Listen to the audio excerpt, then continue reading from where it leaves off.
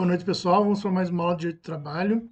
Vamos falar hoje, então, da última parte relacionada ao direito coletivo do trabalho, que é a greve. Tá? O que é a greve? A greve, como nós sabemos, é a cessação coletiva e voluntária do trabalho. Né?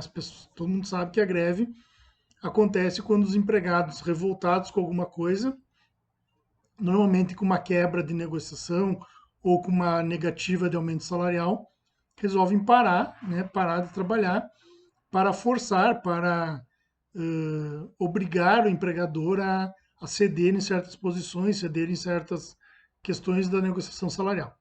Então, se nós quiséssemos fazer um conceito, eu anotei aqui para falar para vocês, que a greve é a cessação coletiva e voluntária do trabalho decidida por sindicato de trabalhadores assalariados de modo a obter ou manter benefícios ou para protestar contra algo. O direito à greve, a greve chegou já a ser considerada crime, já foi proibida. Hoje ela é permitida, inclusive ela é colocada como um direito constitucional. O artigo 9º da Constituição Federal diz o seguinte. Onde está aqui?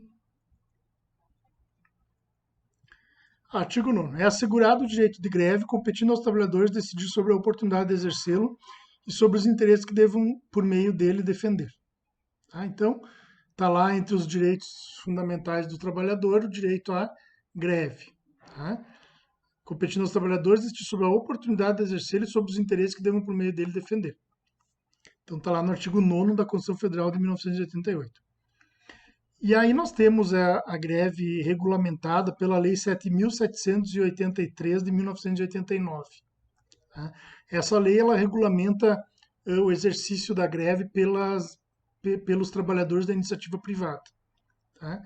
E ela trata especificamente de estabelecer os abusos do direito de greve, define as atividades essenciais, para aquilo que nós já falamos, para fins de atividades que não podem fazer greve, ou que se estiverem fazendo greve tem que manter um número mínimo de trabalhadores prestando serviço para evitar prejuízos à sociedade, e dispõe sobre o exercício do direito de greve. Então vamos dar uma olhada lá no artigo 1º e artigo 2º da Lei da Greve. Artigo 1º. É assegurado o direito de greve, competindo aos trabalhadores decidir sobre a oportunidade de exercê-lo e sobre os interesses que devam por meio dele defender.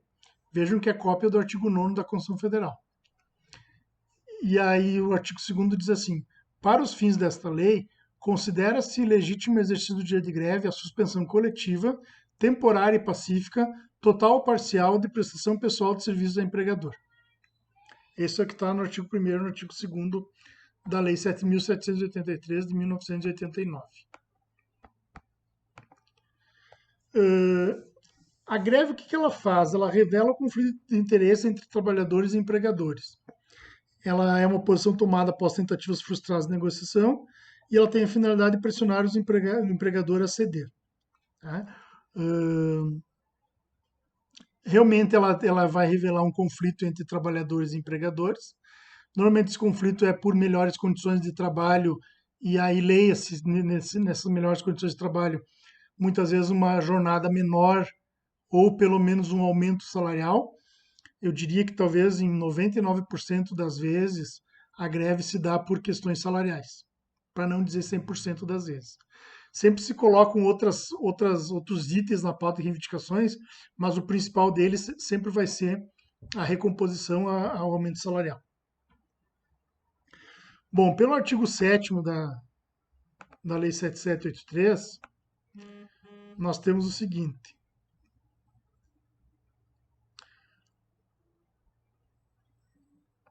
Observadas as condições previstas nesta lei, a participação em greve suspende o contrato de trabalho, devendo as relações obrigacionais durante o período ser regidas pelo acordo, convenção, ato arbitral ou decisão da Justiça do Trabalho.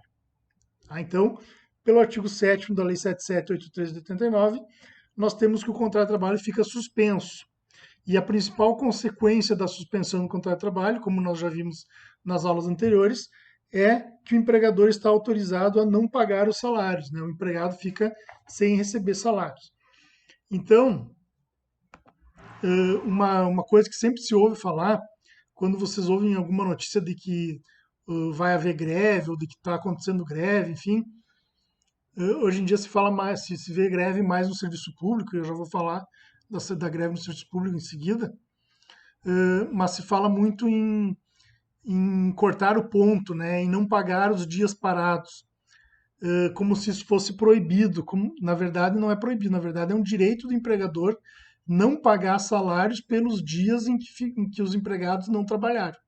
Porque a greve acarreta a suspensão do contrato de trabalho, ou seja, o contrato de trabalho permanece existindo, não é possível demitir empregados grevistas, mas também é permitido não pagar os salários dos empregados para que pararam. E o parágrafo único do artigo 7º diz exatamente isso. Ó. É vedada a rescisão do contrato de trabalho durante a greve, bem como a contratação de trabalhadores substitutos, exceto na ocorrência das hipóteses no artigos 9º e 14. Já vamos chegar lá. Tá? A greve, gente, por ser um movimento radical, ser uma decisão radical, né, extrema, digamos assim, ela só deve ser tomada em convenção, em assembleia coletiva, Assembleia Geral dos Empregados, e após uma tentativa frustrada de negociação. Né? Então nós poderíamos ter assim mais ou menos o passo a passo até chegar na greve. Nós poderíamos dizer que o primeiro item, a primeira questão a existir seria a insatisfação dos empregados frente a alguma coisa. Vamos usar o exemplo melhor aqui, que é a insatisfação quanto à sua remuneração, quanto ao seu salário. E aí o sindicato é provocado para que haja, para que tome posição, para que dê início às negociações, né, que convoque uma Assembleia Geral para que se estabeleça quais são as reivindicações a serem levadas ao empregador. E aí, através dessa Assembleia Geral, se estabelece uma pauta de reivindicações que é levada até o empregador. E aí se começam as tentativas de negociação. Se a tentativa de negociação restar efetiva, for concluída com êxito, nós vamos ter provavelmente uma convenção coletiva de trabalho e aí não vamos precisar ter greve. Agora, se a negociação não for para frente e a insatisfação for maior ainda ou continuar existindo, aí se faz uma nova Assembleia Geral para se deliberar expressamente, especificamente sobre a greve. E aí, uma vez votado e aprovado nos termos do Estatuto da Legislação, quórum mínimo, enfim, por fazer a greve, o empregador ou os empregadores, através da sua entidade de classe, são comunicados de que a Assembleia deliberou pela greve, e aí se dá início à greve propriamente dita. Vamos ver o artigo 3º da Lei 7783. Frustrada a negociação ou verificada a impossibilidade de recursos via arbitral, é facultada a cessação coletiva do trabalho. Parágrafo único. A entidade patronal correspondente ou os empregadores diretamente interessados serão notificados com antecedência mínima de 48 horas da paralisação. E se for atividade essencial, nós vamos falar depois, é maior o prazo, é de 72 horas e não de 48 horas. Tá? Limitações do direito de greve, artigo 9º. Vamos ver o que eu anotei aqui do artigo 9º. Durante a greve, o sindicato ou comissão de negociação, mediante acordo com a entidade patronal ou diretamente com o empregador, manterá em atividade equipes de empregados com o propósito de assegurar os serviços cuja paralisação resulta em prejuízo irreparável pela deterioração irreversível de bens, máquinas e equipamentos, bem como a manutenção daqueles essenciais à retomada das atividades da empresa quando da cessação do movimento. Parágrafo único. Não havendo acordo, é assegurado ao empregador, enquanto perdurar a greve, o direito de contratar diretamente os serviços necessários a que se refere este artigo. Tá? Então, artigo 9º, parágrafo 1º, traz uma das limitações da greve, que é justamente que os empregados têm que manter os serviços cuja paralisação resulta em prejuízo irreparável ou deterioração de bens, máquinas e equipamentos mantidos. Então, o mínimo tem que ser mantido. E no artigo 10 até o 13, nós temos o seguinte. São considerados serviços ou atividades essenciais. Isso no artigo 10. Primeiro, tratamento e abastecimento de água, produção e distribuição de energia elétrica, gás e combustíveis. Ou seja, não se pode ficar sem água, sem luz, sem gás, né, sem energia, porque senão nós não teríamos como movimentar sequer hospitais, comércio de produtos essenciais, nossas casas, né? Enfim, sem água, sem energia elétrica. Segundo, assistência médica hospitalar, que é um gênero de primeiríssima necessidade, né? Serviços médicos hospitalares. Distribuição e comercialização de medicamentos e alimentos, porque a população precisa se alimentar. Serviços funerários, né? Imagina as pessoas morrem por, por das mais variadas situações e daqui a pouco os serviços funerários estão em greve e aí ninguém vai se enterrar, ninguém vai ter funeral, enfim, é um absurdo. Transporte coletivo também, captação e tratamento de esgoto de lixo, telecomunicações, guarda, uso e controle de substâncias radioativas e equipamentos e materiais nucleares, controle de tráfego aéreo e navegação aérea, compensação bancária, atividades médico-periciais relacionadas com o regime geral da Previdência Social e assistência social, atividades médico-periciais relacionadas com a caracterização do impedimento físico, mental, intelectual ou sensorial da pessoa com deficiência por meio da integração de equipes multiprofissionais e interdisciplinares para fins de reconhecimento de direitos previstos em lei, em especial na Lei 13.146 de 2015, que é o Estatuto da Pessoa com Deficiência. Outras prestações médico-periciais de carreira de médico perito federal indispensáveis ao atendimento das necessidades inadiáveis da comunidade. E 15º, atividades portuárias. Então, esses incisos do artigo 10 são os serviços essenciais, atividades essenciais, que não necessariamente não podem ter greve, mas que têm uma limitação de greve muito maior, ou muito mais rigorosa. Artigo 11. No serviço de atividades essenciais, os sindicatos, os empregadores e os trabalhadores ficam obrigados, de comum acordo, garantir durante a greve a prestação de serviços indispensáveis ao atendimento das necessidades inadiáveis da comunidade. Parágrafo único, são necessidades inadiáveis da comunidade aquelas que, não atendidas, colocam em perigo iminente a sobrevivência, a saúde ou a segurança da população. E aí, artigo 12, no caso de inobservância do disposto no artigo anterior, o poder público assegurará a prestação de serviços indispensáveis. E 13, que é o último que eu anotei aqui como delimitação ao poder de greve. Na greve em serviços de atividades essenciais, que são aqueles 15 incisos do artigo 10º, ficam as entidades sindicais ou os trabalhadores, conforme o caso, obrigados a comunicar a adesão aos empregadores e aos usuários com antecedência mínima de 72 horas da paralisação. Nas atividades normais é 48 horas, nas atividades essenciais 72 horas, artigo 13.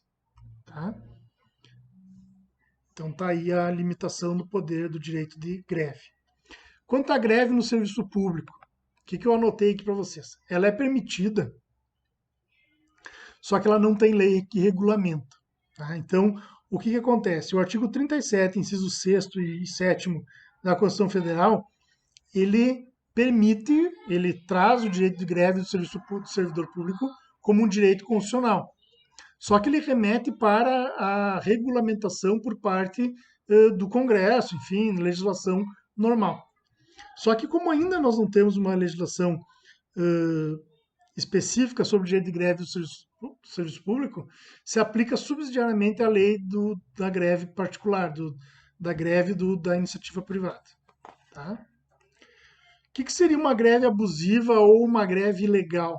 É aquela em que se realizam atos abusivos ou ilegais. Tá? Dentre eles, sabotagem ou boicote aos serviços da empresa, piquete obstativo ou depredatório, agressão física ou moral a colegas, superiores hierárquicos ou empregadores, emprego de violência, depredação do patrimônio do empregado, inutilização de mercadorias, prática de falta grave de delitos criminais, desrespeitar prazos, condições e regras da Lei 7783 de 89, permanecer em greve após aceito o acordo coletivo. Vamos dar uma olhada no artigo 14 da Lei da Greve. Constitui abuso do direito de greve a inobservância das normas contidas na presente lei, bem como a manutenção da paralisação após a celebração de acordo, convenção ou decisão da Justiça do Trabalho. Tá bom. Então, algumas características da greve. É uma paralisação coletiva de trabalhadores. Ela é realizada de modo concertado, né, organizado, enfim, tem que ser previamente estudada, tem que ser feita através da Assembleia Geral, tem que ter quórum mínimo para votação. a parte contrária, que são os empregadores, tem que ser comunicada com prazo razoável de antecedência para que possam tomar suas providências no sentido de manter organizada e em dia sua atividade. Ele tem que ser pacífico, ele tem que ser provisório, ele é um instrumento de pressão, logicamente, né? E busca alcançar melhorias sociais ou fazer com que conquistas normatizadas sejam mantidas e cumpridas. Direito dos grevistas.